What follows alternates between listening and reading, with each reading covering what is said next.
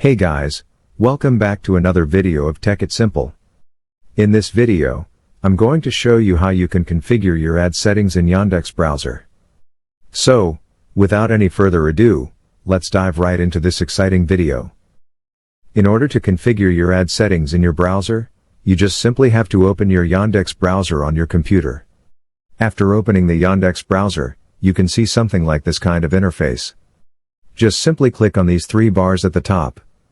From there, you can go to Settings by tapping into this setting icon. Just simply tap into that icon, and it will lead you to the Settings button. From these settings, you just simply have to select the Tools option in here. And now, after selecting the Tools option, there are so many Tools settings, and now you can also get Ad Blocker setting in here. You can block offensive ads by clicking into this box and also check the block ads from here. By following these very easy steps, you can easily access or configure your ad settings in Yandex Browser. I hope this video was helpful for you. If yes, don't forget to like, share, and subscribe to the channel to never miss another update. Thank you for watching the video.